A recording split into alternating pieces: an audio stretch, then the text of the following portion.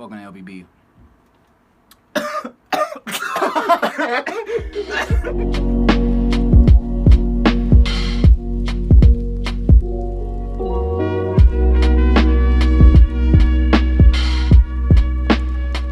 Alright, man, welcome back, LBB. Today we're reacting to Andrew Schulz, TikTok and Ellen share an evil secret. Yeah. Oh man. I don't really care about Ellen. I don't know anyone who does.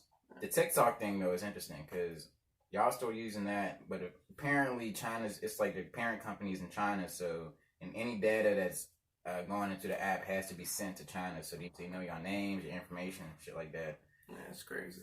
But here, we see the support. Keep liking, subscribing, commenting.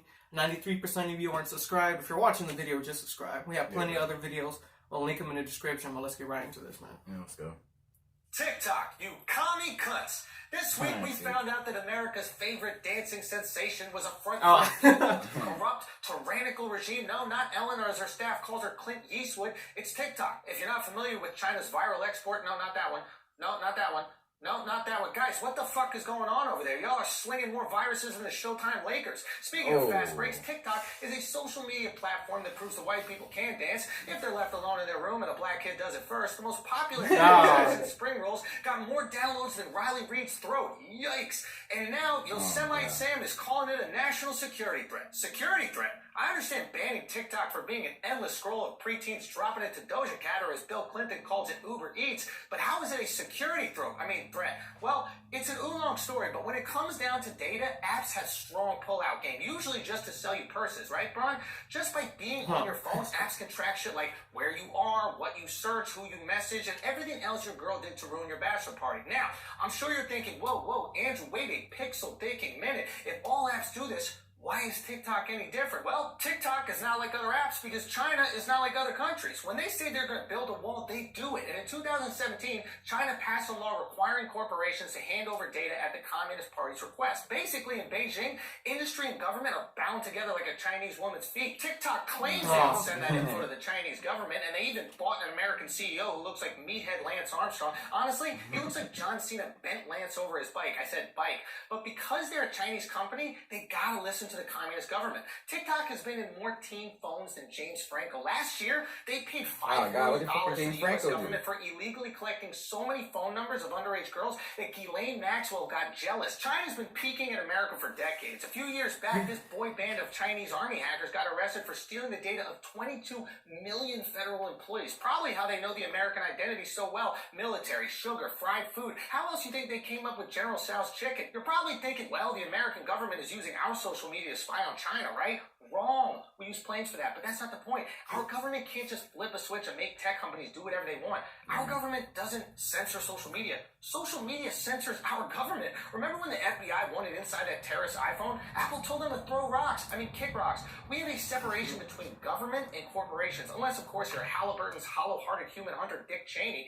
And the other reason why we can't use our social media to spy on China is because China banned all our social media. Yeah, they banned all American apps. That's right. They don't have Google, no Twitter, no Uber. They can't watch all the amazing free and funny content on YouTube and Instagram. They sent back more apps than Gordon Ramsay. The only Chinese thing Mark Zuckerberg is looking inside is his wife. But yet somehow America's Little Red Riding Hoods are suggesting that Trump is banning TikTok due to xenophobia. What? Then why isn't he banning Alibaba, Samsung, Sony, Honda, Toyota, Kia, Haier? I'll tell you why. Because they're not stealing our data. Most of our shit is manufactured in Asia. Your beloved iPhone was made by Taiwanese company Pegatron, which sounds like a Christmas gift from Porsche de Rossi. We don't care that Nikes are made in China because the only data collected from sneakers is that you love compliments from dudes. It does feel good, I'll be honest. Banning TikTok is not a racist attack on a specific group of people. You know what it is? Rounding up all the white people that want to be black in your country and putting them in concentration camps. Oh, it's Uyghurs?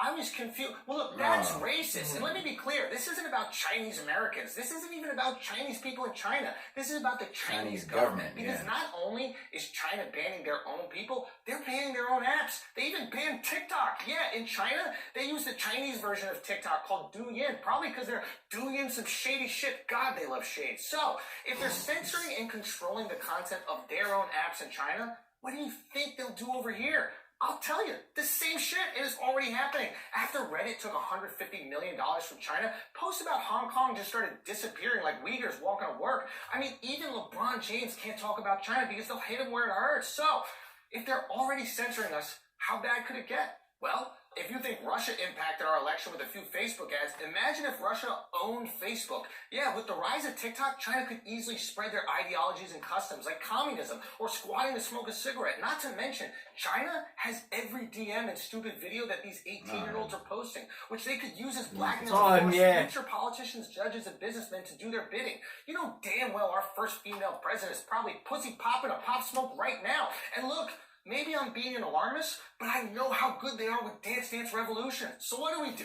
If we just ban TikTok, another foreign app is going to pop up next year. So maybe the best long-term solution to protect American people is to come up with some sort of regulation on data collection for all companies in and outside the U.S., especially those controlled by a communist regime.